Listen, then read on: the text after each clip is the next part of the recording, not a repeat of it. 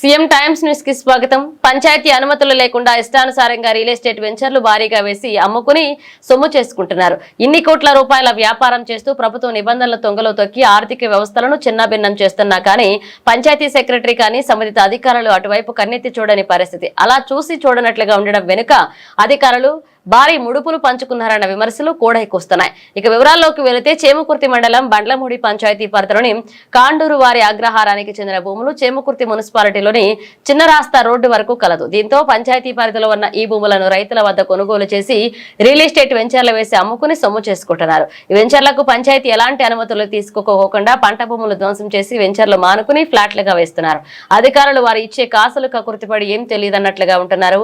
ఇదే విషయం పంచాయతీ సెక్రటరీని వివరణ కోరగా వారి నుండి ఆయన నుండి పొంతనలేని సమాధానం చెప్తున్నారు. ఇప్పటికైనా డిపిఓ సంబంధిత అధికారులు అనధికార వెంచర్లు వెంటనే తొలగించాలని, లేకుంటే గ్రీవెన్స్ కి వెళ్లి జిల్లా అధికారులకు ఫిర్యాదు చేయాలని భావిస్తున్నట్లుగా సమాచారం.